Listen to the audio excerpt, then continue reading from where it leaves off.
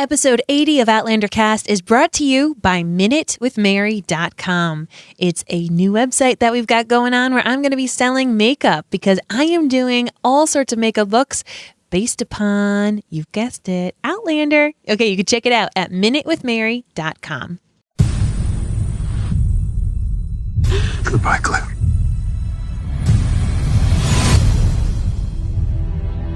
I have lied, killed, and broken trust. But when I stand before God, I'll have one thing to say to weigh against all the rest. Lord, you gave me a rare woman. God, I loved her well. I'll find you. Claire! I promise.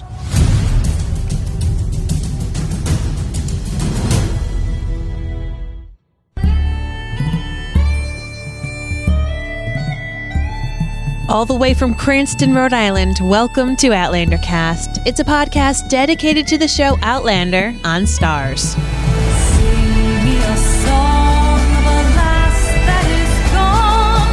Say, could that lass be I? Mary of soul, she sailed on a day over the sea to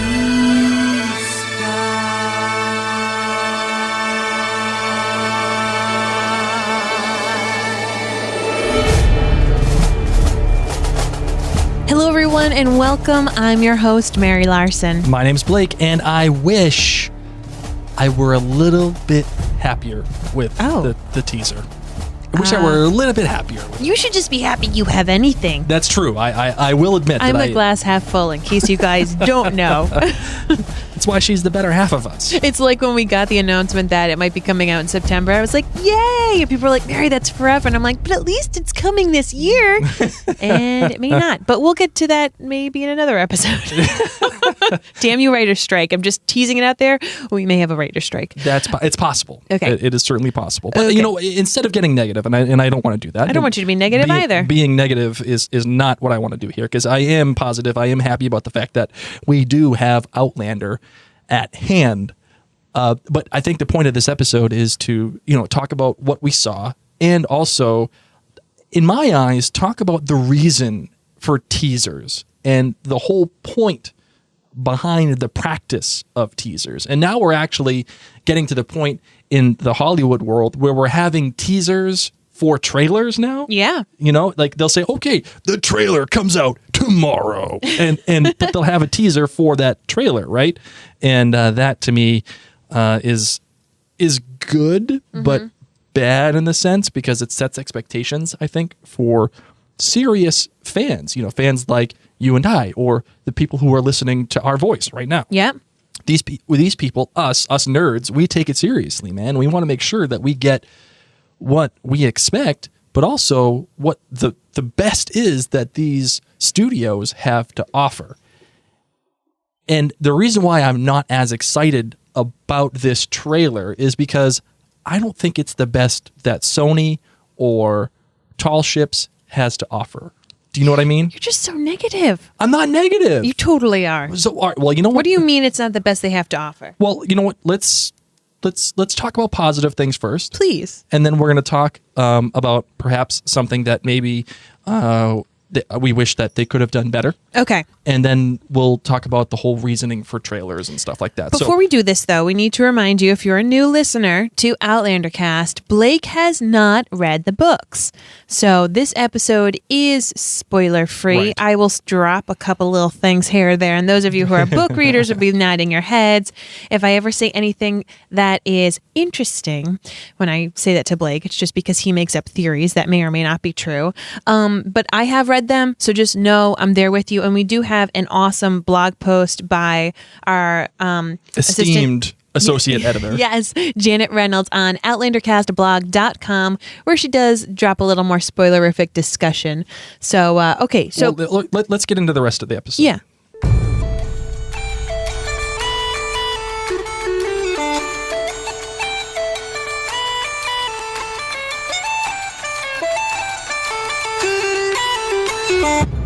All right, my love. So this is, of course, the teaser for season 3 of Outlander, That's based correct. upon the book Voyager. It said it's coming out in the fall. So in September. No, it said this fall. Oh, it did say this fall. You're right. I Yeah. apologize for that. It said this fall. So they haven't picked an actual day. We need to know that. But they have announced that it is coming in September. But they just haven't said, oh, well, I mean, they have announced not in this trailer. I think it's very smart and wise that they said this fall, and I'm just going to put my bets on that. I would agree with you. Fall ends December 20th. And Damn it. the reason why I think they're hedging their bets a little bit, because even though they've made the announcement that it was coming in September, not in this trailer, I think they're being a little bit more vague because there is an impending writers' strike for the WGA, which is the Writers Guild of America. Now, you would think that Outlander would be safe from a writer's strike. And now, okay, so let's, real quick, the whole point of the WGA is that it's all the writers from The Hollywood. Writers Guild of America. So just like Right. any kind of group or Yeah, it's like union. it's like a union, like Yeah. a teachers union or a electrical workers union or a metalworking union, whatever. It's a union, and it's all the writers in Hollywood. Now, there are certain writers that that are not part of the WGA, but most of them, if not all, especially on Outlander, are part of the WGA. Now, there's a whole bunch of reasons why there may be a strike, and we may have an episode in the future if the strike does go down, explaining to you what will happen to Outlander if it's possible. But so the details aren't necessarily important, but what is important is if there is a writer's strike, Outlander has a possibility of being delayed. And if it is delayed, then we're going to have a big issue because that means the show cannot come out in September, which is why I think they're hedging their bets by saying fall. Do you understand what I'm saying?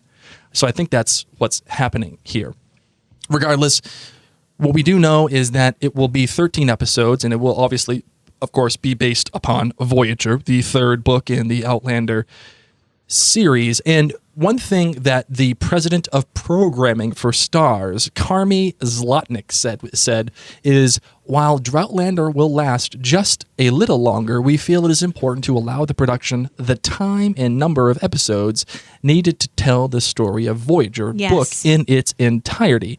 The scale of this book is immense, and we owe the fans the very best show. And Yes. Carmi did say it's returning in September. We'll make that possible. So we're getting some mixed messages here. Some. Well, they have to now be careful because of the potential of the writer's strike. I think if in a couple of days, when we know if there is not a writer's strike, then maybe they'll all be coming and screaming from the rooftop, September. Yeah, they may maybe even they'll give give you us a a date. date. Yeah, Exactly. that's what I'm But thinking. they just need to be careful. So, okay. Well, before we get into the analysis of the trailer, right? That's why I'm here. I That's what know. I'm here for, Blake.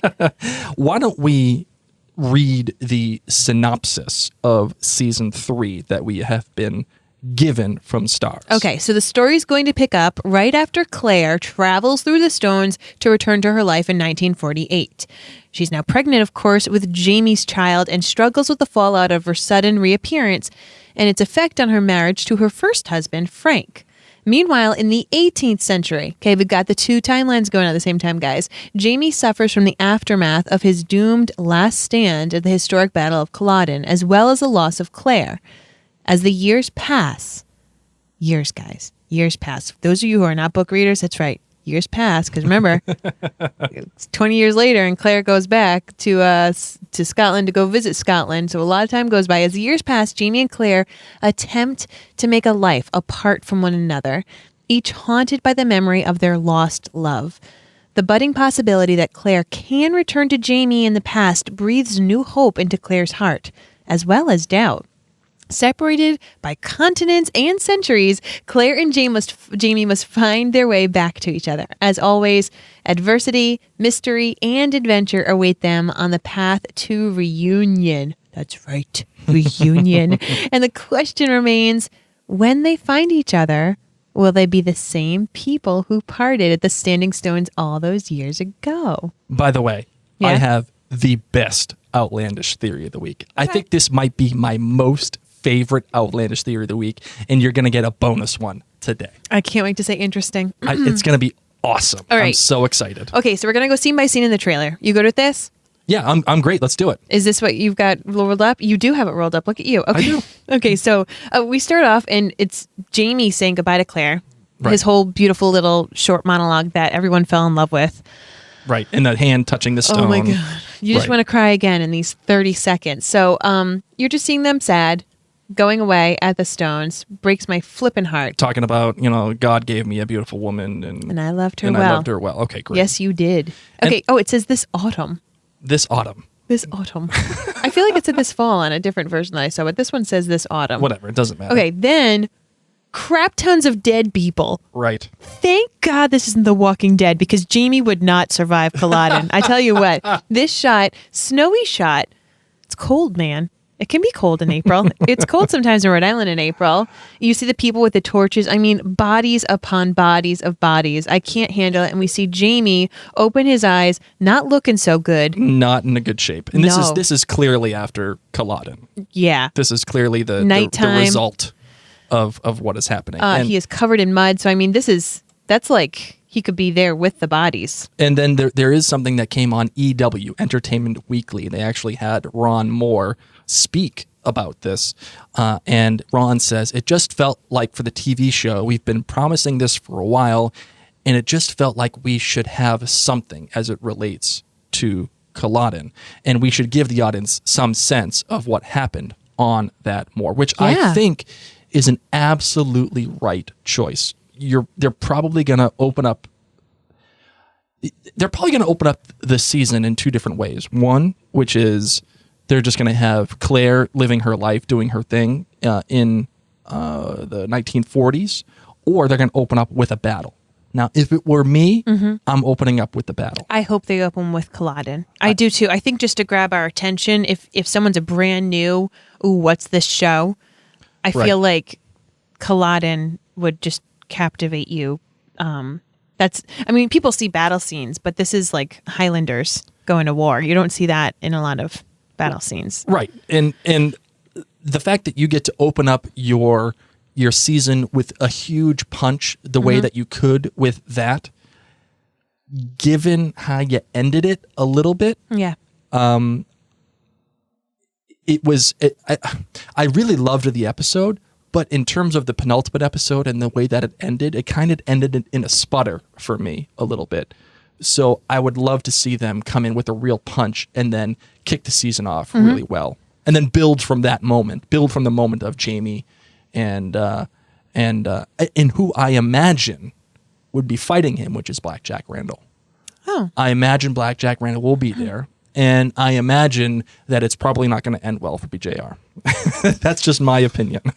Interesting. So imagine starting that episode, the season off. I'm telling you, that's what I want. I want to start with Culloden. Right. I think that's the way that they should do it. In the 60s. I don't want to. Yeah, I don't want to do it because you ended season 2 in the 60s, and it's good to get an idea of where you are for Claire, but you can do that after establishing what happens in Culloden. Let's be real. Scotland is gorgeous. Right. I mean, Boston's all right. Hey, whoa, we're time here. out. We're in this neck of the woods.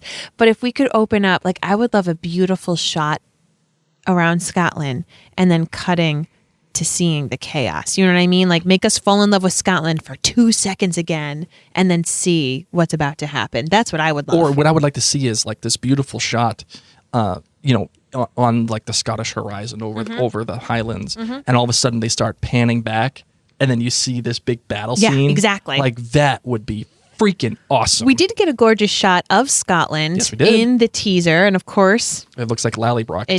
it does. Just once again to remind you the beauty of where Claire used to call home. Yep.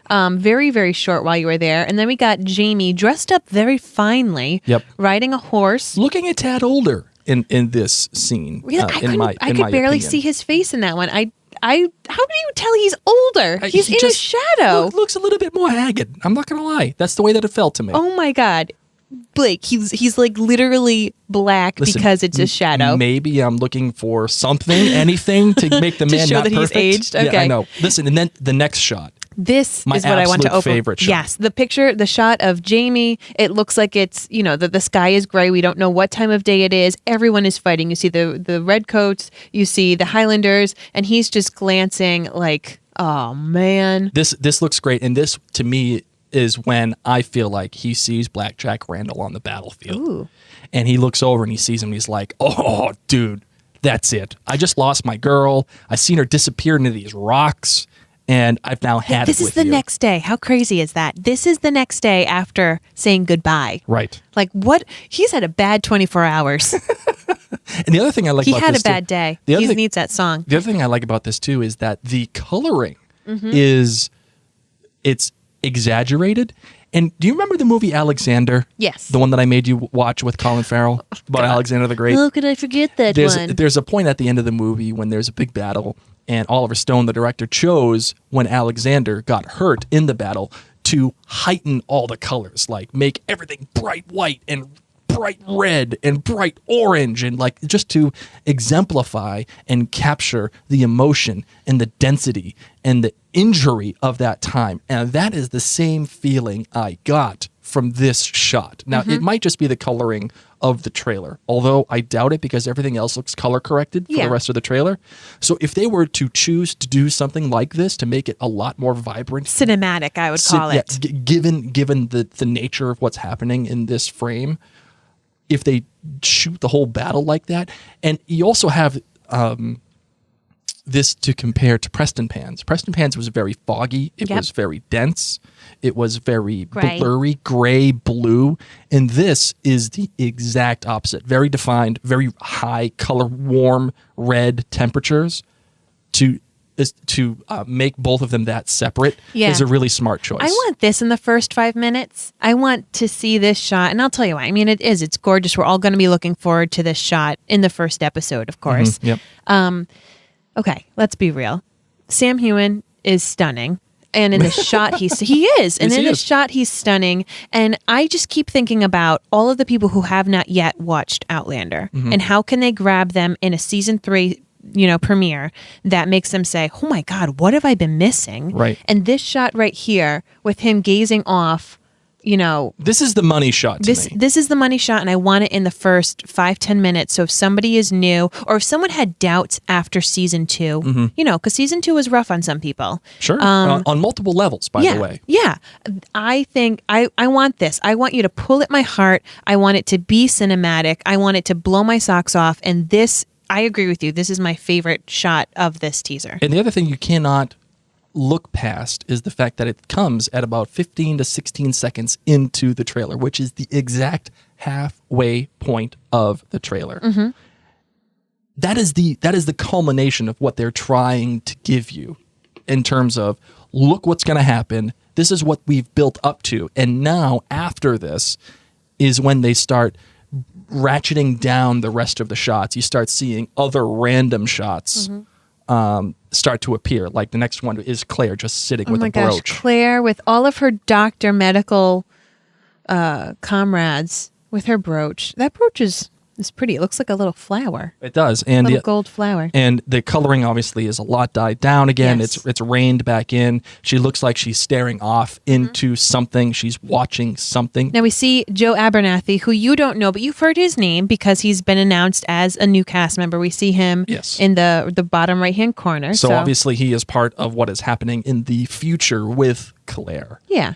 And it looks like she may be staring off into something. Something tells me that she might be watching TV.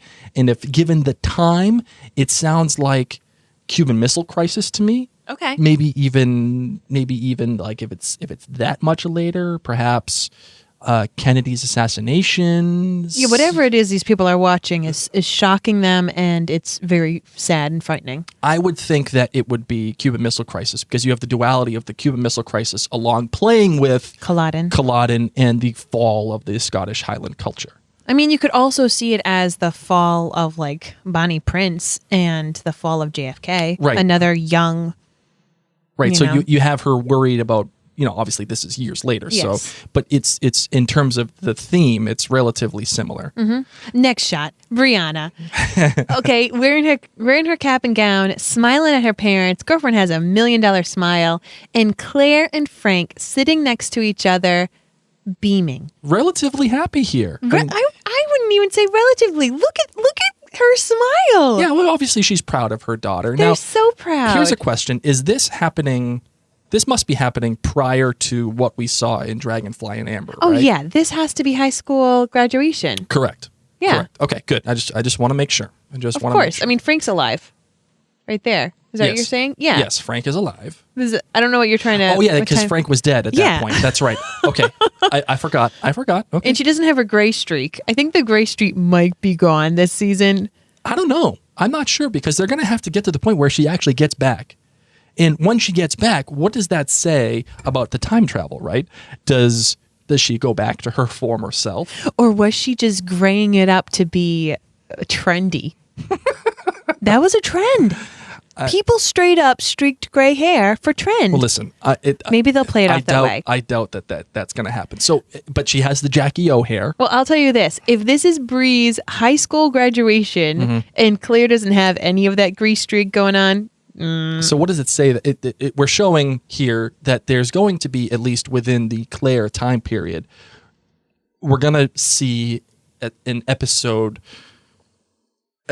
Are we going to have an entire half season arc or quarter season arc of Claire being in Boston, Yes. let's say, and showing her time from where she was when Bree was born, Yep. to when she gets to the stones? I think so. I don't think this is going to be a one episode we're checking in on Claire. I think we are going to have side by side storylines of what Jamie's been up to and what Claire's been up to, because Claire goes through a lot. Yep. A lot. And you need to see the pain that she goes through, the relationship that she does have with Brianna, the relationship that she has with Frank, how she is as a mother, Right. how she grows. I mean, you saw her, she's a doctor. Right. You know, how does she become a doctor? She wasn't a doctor before. Right, she has to go through some kind of medical training. Yes. And that also said, I mean, she does have medical training from the war, so that does give her a leg up, but she does have to become a doctor. She graduates from nurse to doctor. There Correct. has to be something there. What this also says to me, too, is there is going to be... the timelines are going to run parallel, in my opinion. We're going to start at point X for both time periods, which will be Claire hitting the stone, going back. You're going to see Jamie interact in that time in 1745 all the way till period Y. And then you'll see Claire from time period X, from when she goes back, touches the stones, and from that point all the way to the same point in time, period Y, in the future. Do you understand what I'm saying? You confused me a little bit. I'm not going to lie. You're going to see. I think the story that you're going to see from both Jamie and Claire, it's going to be running parallel. Yeah. For the same amount of time. That's what I said. Booby trap. That's what I just said. I said I we're know, going to be seeing but their I don't. story. I don't think you're going to have a time jump for Jamie. I think you're going to see his life over the same amount of time given. Like the stories are going to run parallel. You're not going to Okay. see. You understand what I'm saying? It's Okay. not going to be okay. We're going to see Claire, and then all of a sudden, Jamie's old now. We're going to see his life too running at the same time. So they're going to age appropriately in each episode, do you think, together? Yes, I do. Like when it's 5 years later, it's 5 years later for both of them. When it's 10 years later, that'd be interesting. Now you're talking my language. You're just there, girlfriend. talking a little funny, so I had to clarify. The next shot, we see who I think is Brianna walking away. Claire looks pretty sad, and she is holding pearls, which we need to think, of course, are the pearls that Jamie gave her at the wedding from his mother's pearls. Right. And you also see the shot of, I mean, the ring that is glistening is Jamie's ring. So it's showing you that she's still, I mean, obviously she has been wearing that ring now for quite some time. She still really cares about it. Jamie is never going to leave her. What do you think of this next shot? We got some. I think we got this some was flowers. such a cop-out shot with the guy touching the So you think it's a guy? It looks like a guy's hand to me. yes, it does Looks like a dirty a hand. dirty male hand. And the jacket looks a little frayed. Yeah, this to me looks like it's taking place in Scotland. and it's a dirty male hand. If I were to make an argument, it would be Jamie's. Because Probably the next one is Jamie walking. and it's and looks probably like behind him. after the Battle of Culloden. Maybe he's not looking so good here.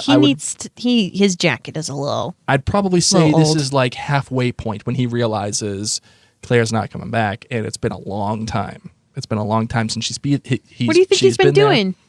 He's running Lallybrock. He's doing his thing. And Why is he so dirty?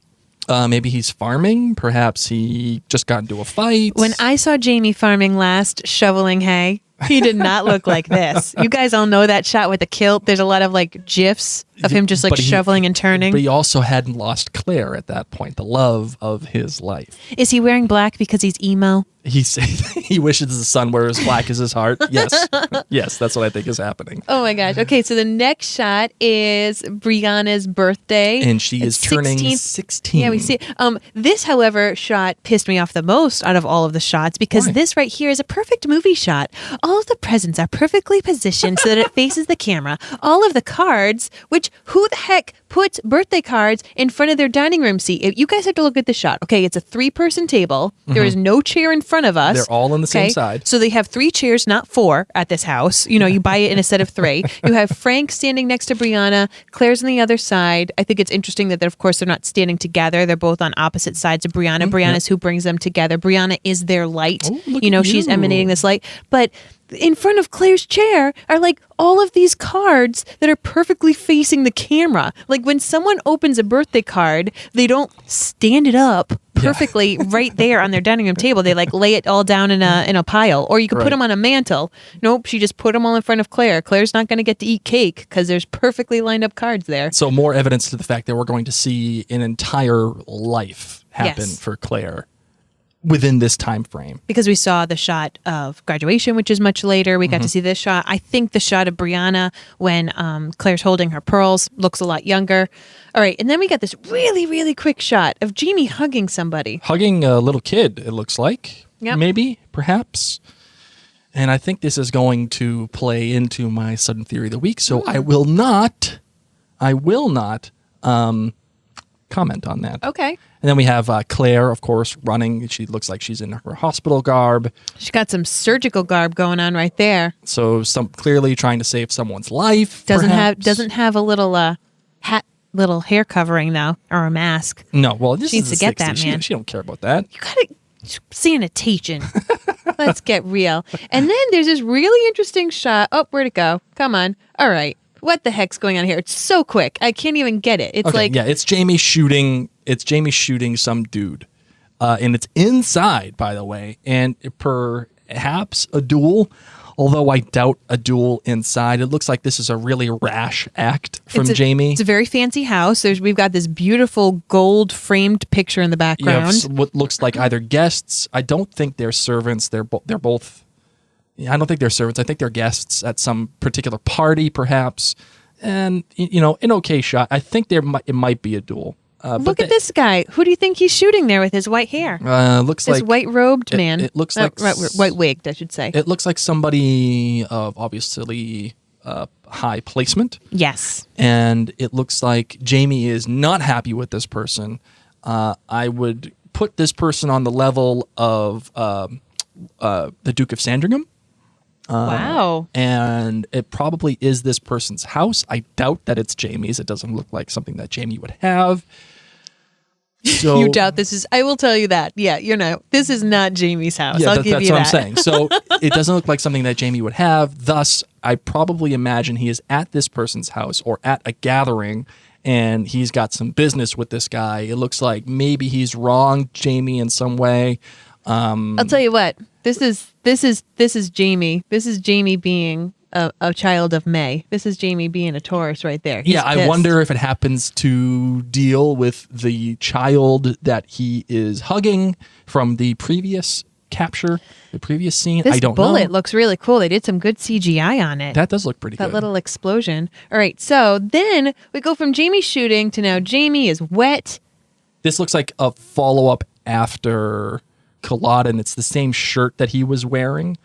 in the battle. He it looks wears like the same undershirt all the time. Blake. That's they a don't. valid They point. don't have a lot of shirts. That's a valid point. He looks wet though. Why is he so wet? Maybe it was raining. It rains in Scotland. It does, and he's yelling for Claire. And so, okay. How old does he look? I would say this is young Jamie. I would agree. He looks very young. This is young Jamie.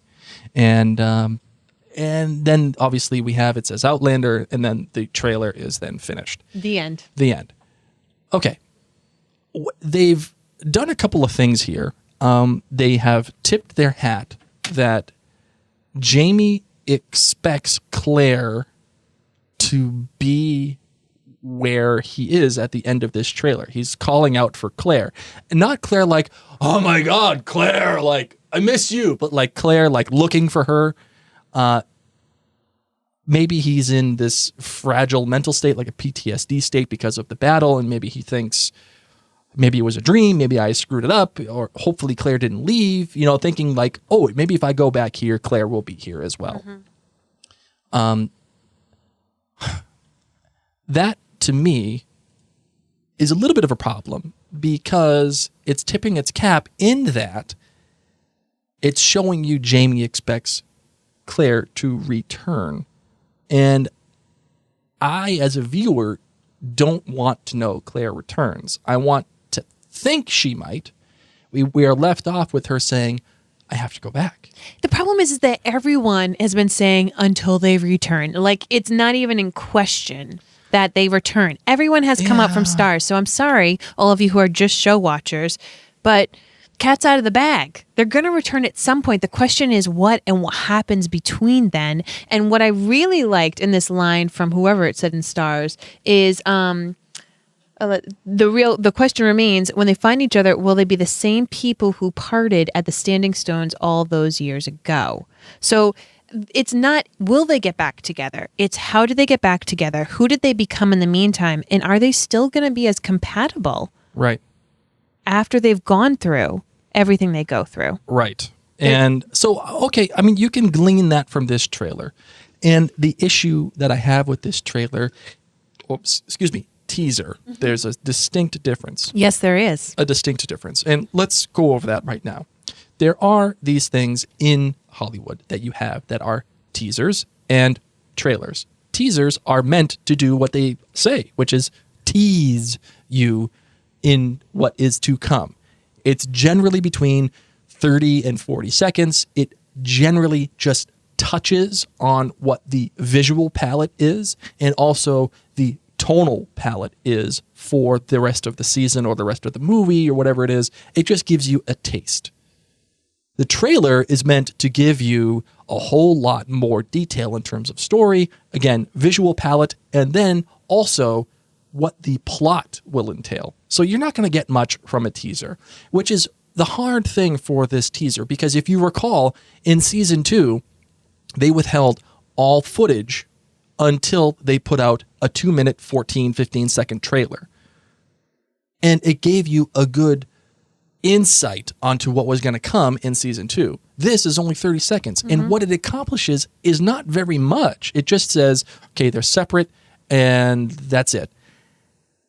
The biggest transgression, in my opinion, is they use season 2 and season 1 audio to highlight what's happening for season 3. I liked that. I think as a tonal thing, it's right. I think it's unto itself, it's a good little piece of footage. Like you get a basic idea that they're separate and hopefully they're living their lives and maybe you have a return. They do give you that, but they all highlight it with previous seasons' audio. And I think that's a mistake because, again, you are teasing the 3rd season. This isn't some fan-made trailer to tone out what Outlander's about. You're teasing the 3rd season. You have filmed, at least half of the footage already, and you have written out almost all of the episodes already. So you should have enough audio. You clearly had enough video. You clearly had enough picture. So what are we doing wasting our time with season 2 audio? It doesn't feel right to me. It doesn't give you what you need. I'm okay with it because of what they chose.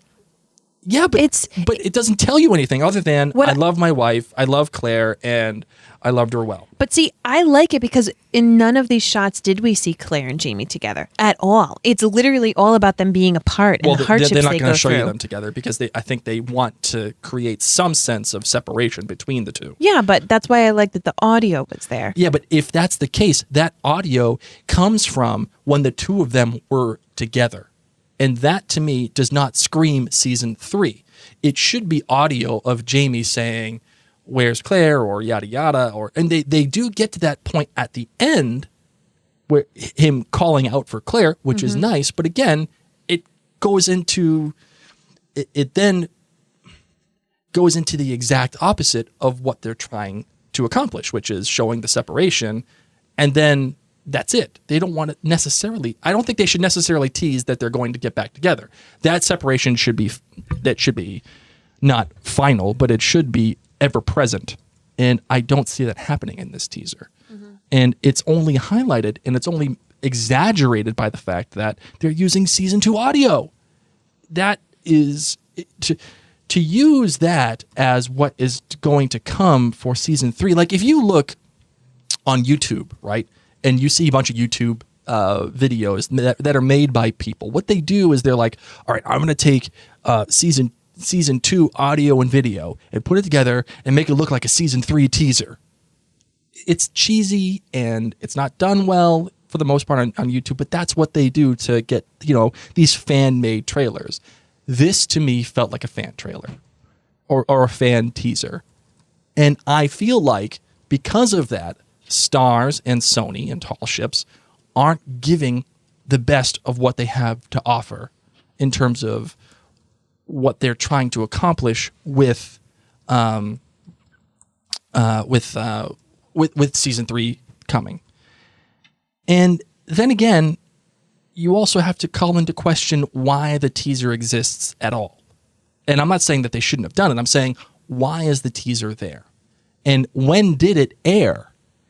It aired right before The White Princess because they want to attract certain viewers that are already in the mode of liking Outlander, which would be the same people who like that time period, which would be the same people who want to know more about this historical time period and that general field of a show.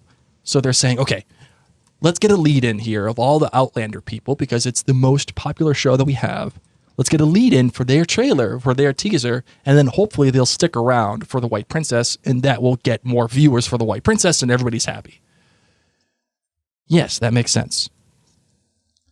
The issue that you have is you're attracting people who are serious Outlander fans. You're not attracting casual Outlander fans because casual Outlander fans, they'll catch it, when it's on. Maybe they DVR it. Maybe they or perhaps they like the show, but they only watch it when the season's over. Those are casual fans. The people who are going to watch Outlander, the trailer, on The White Princess are the people who are like into it, dude. People like you or I, or again, the people who are listening to this podcast. And if that's the case, don't treat those listeners or don't treat those viewers to something that is not of the utmost quality. You're not giving them something that is completely new. Give them something completely new. Reward them, not just for some images that you get. And yes, some of the images are beautiful, but don't just stick to those images. Give them also the audio, something new that they can hear and go forward with as fuel to get through this Droughtlander. It has been a long Droughtlander, and it's going to be only even longer. It's going to keep rolling. And it could get even longer because of a potential writer's strike.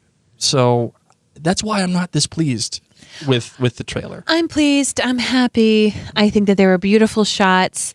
So it's something. It is something. Okay, I'll just be the optimist and you can be the pessimist. We'll make a great team. Deal? I think that's usually how it works.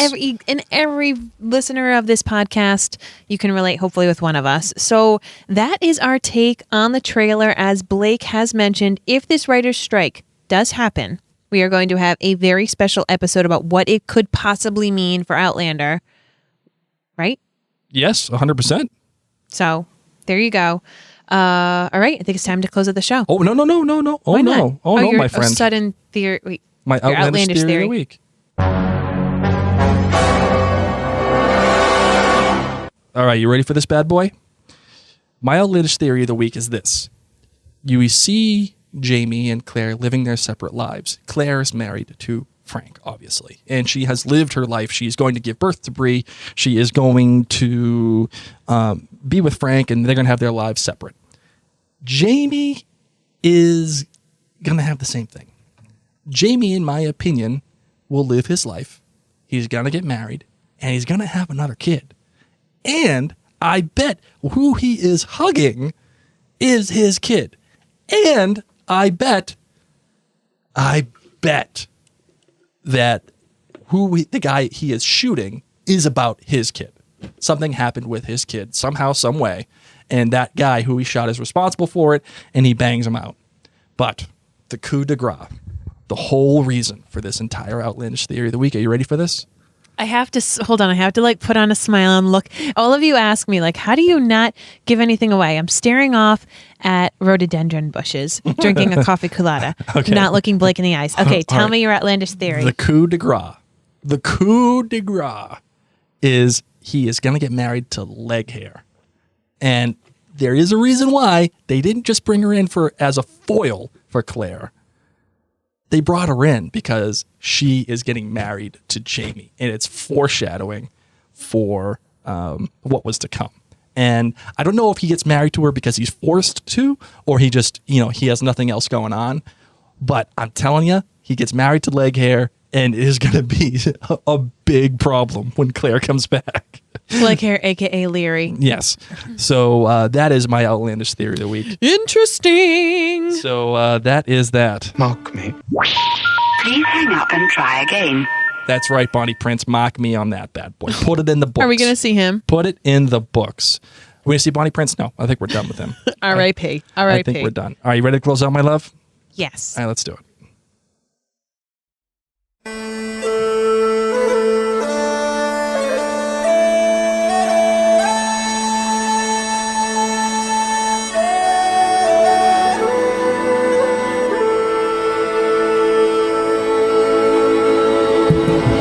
So as we said, our next episode sadly might be about the writer's strike. So if it does happen, at least you'll have a new episode of Outlander Cast to look forward to, guys. All right, want to let you know, you need to be signed up for our newsletter. This is where we send you all of our information. We're going to let you know when our new podcast episodes are up, about our new blog posts, if we have any new giveaways, because we're going to have a giveaway because guess what? It's my birthday month in May, and I just love to give all the love away in my birthday month. Really excited about this. So sign up for our newsletter. You can find it at outlandercast.com. Make sure you're joined for our exclusive Facebook group, the Outlander Cast Clan Gathering. Just search that in Facebook, Outlander Cast Clan Gathering. And if you love Outlander Cast, please consider becoming a patron of Outlander Cast. You can do that at patreon.com/OutlanderCast or by clicking on our support tab at outlandercast.com. So that's patreon.com/OutlanderCast. Let me tell you, you can donate as little as $2 a month, and it makes a huge difference. A huge difference. We are able to pay for our babysitters. We're like $20 away from buying a new camera equipment for our studio. And for those of you who have been pulling your hair out at Blake because he hasn't read at least Outlander, like the first book of the series, Blake is making a call to you. Blake, That's right. What is that call? The call is if we get to $650 on a monthly total on our Patreon, if we get there, I will read the first book. I will read Outlander. And even though it kills me to admit it and give in, like every person and like the $1 Million Man says from the WWF, everybody's got a price. And if that's the case, I will tell you that I will read the book and read Outlander if we reach $650 per month. And right now we are close. I think we're almost at $400, which would give us new camera equipment. But we would be there, and I will read the book. So for those of you, just the first book, just only the first book. I will never, ever compromise what we do here for the show. I will never read ahead, but only the first book. That's what will happen. So we can make this happen thanks to patrons, thanks to even as little as $2 a month. But I want to really give a big thanks to some of our most gracious and generous supporters. The best. Ann Gavin, Bobby Francella, Peg Cumby, Nikki Gastineau, Meredith Greenberg, Dana Mott Bronson, Liz Turner, Marilyn Neenan. You guys were awesome. You rock our socks. Some of these people are going to be joining us on upcoming episodes. That's right. Really excited. So until next time, ladies and gents, I'm Mary Larson. My name's Blake. And you've been listening to Outlander Cast. It's a good thing I read ahead because I almost said Battlestar Galactica because that's what Blake had in our show notes. And for those of you who don't know, I read exactly what's written in front of me. I'm Ron Burgundy. I worked on television for quite some time, and I'm just used to reading teleprompters. There you go. And I really am like Ron Burgundy. I almost just said you've been listening to the Battlestar Galactica special. That was our last episode. You need to clean up these Google Notes before we post them. Go F yourself, San Diego. For those of you who don't know, that's a quote from Anchorman. That's right. So Blake's not being cruel. No. But all right. We love you guys. Thank you so much.